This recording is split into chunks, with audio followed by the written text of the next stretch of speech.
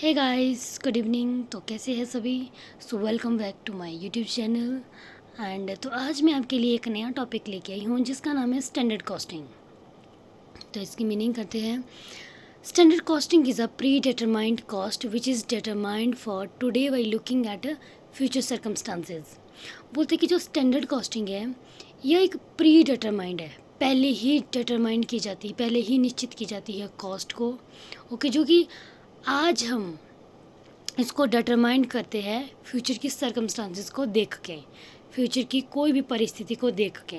Okay, फिर बोलते it help allow us to compare actual cost with standard cost. ये हमें हेल्प करता है हमारी जो एक्चुअल कॉस्ट है उसको, जो हमने स्टैंडर्ड कॉस्ट निर्धारित की है, उन दोनों के बीच में कंपेयर करने के लिए। It is used as a barometer of efficiency. ये एक एफिशिएंसी का बैरोमीटर है। It is more accurate because it is based on a scientific analysis. ये एक एक्यूरेट है बिकॉज इसको एक साइंटिफिकली एनालिसिस किया जाता है कि कोई भी कॉस्ट अगर हम स्टैंडर्ड उसको बना रहे हैं तो क्यों बना रहे हैं, क्या चीज़ देख के उस कॉस्ट को हम स्टैंडर्ड बना रहे हैं। Okay, that it has standard costing are expressed both in term of money and quantity.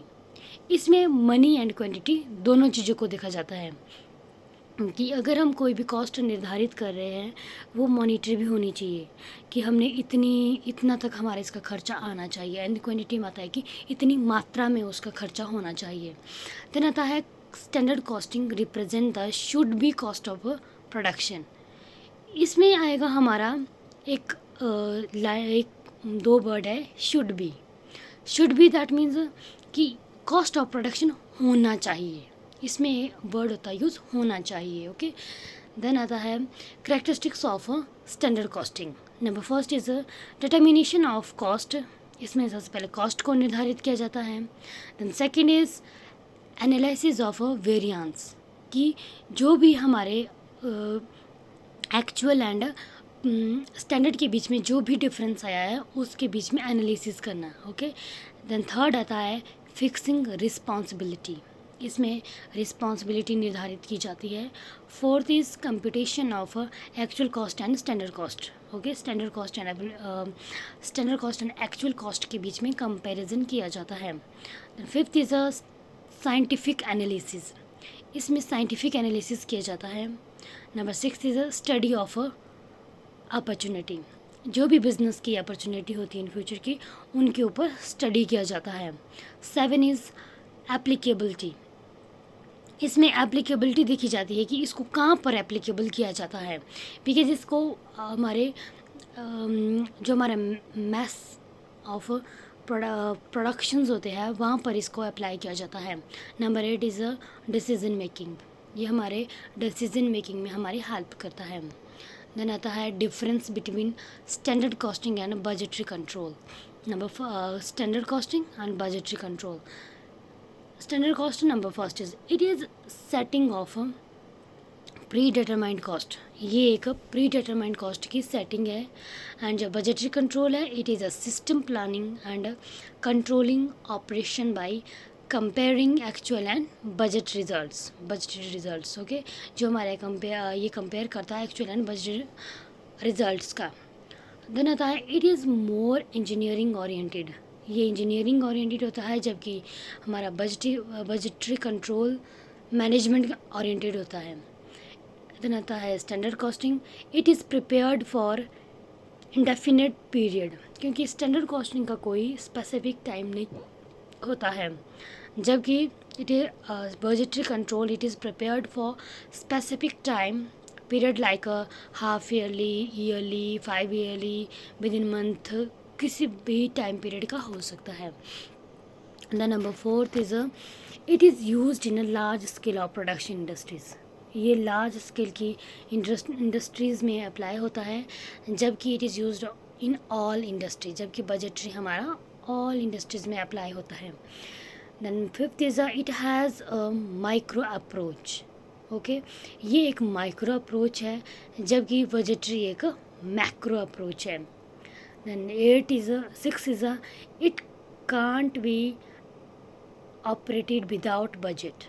जो हमारा स्टैंडर्ड कॉस्टिंग है ये हमारे बजट को देखकर ही निर्धारित किया जाता है, जबकि जो बजट है इसको कॉस्टिंग की ज़रूरत नहीं है, ये विदाउट इसके भी किया जा सकता है। एंड देन आता है standard costing is a estimation of cost accounts. Okay, ये कॉस्ट अकाउंट का एक एस्टीमेट है, जबकि जो बजटरी है वो फाइनेंशियल अकाउंट्स का एस्टिमेशन है। फिर the partial application of standard costing is not possible in a form. बोलते हैं कि जो हमारा स्टैंडर्ड कॉस्टिंग है इसमें ऐसा नहीं हो सकता है कि जैसे कोई इसका पार्टीशन कर ली, भाई इतना का स्टैंडर्ड इतने इतने पार्ट में होना चाहिए। ओके, इसमें जो भी स्टैंडर्ड किया जाता है वो पूरा किया जाता है सेट, जबकि जो बजटरी है इसमें हम पार्टीशन कर सकते हैं, जैसे कि कैश बजट बना सकते हैं, प्रोडक्शन बजट बना सकते हैं, सेल्स बजट बना सकते हैं, अलग अलग पार्टीशन कर सकते हैं।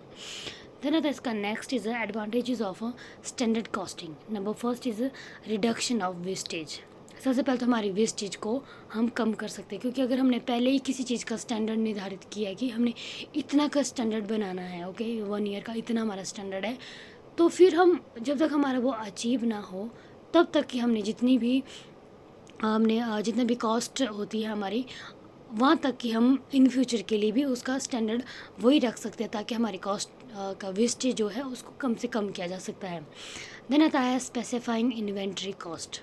ओके, जो हमारी इन्वेंट्री की कॉस्ट होती है उसको हम स्पेसिफाई कर सकते हैं कि इतनी कर इसकी कॉस्ट होनी चाहिए।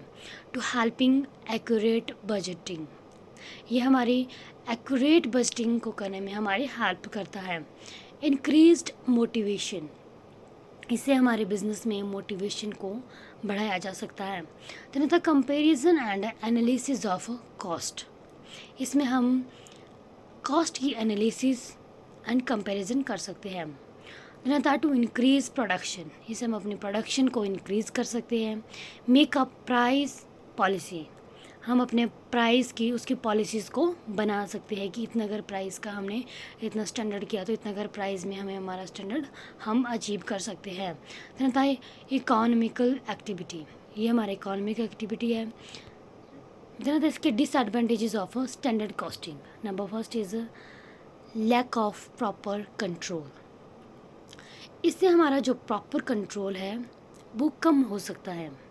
ओके, देन था नॉट वेरी एक्यूरेट, ऐसा नहीं हो सकता कि जो हमने स्टैंडर्ड निर्धारित किया है कि वो ठीक ही होगा। ओके, वो गलत भी हो सकता है समटाइम। देन था इट इज़ अ एक्सपेंसिव, सबसे बड़ी बात तो ये है कि ये एक एक्सपेंसिव चीज़ है।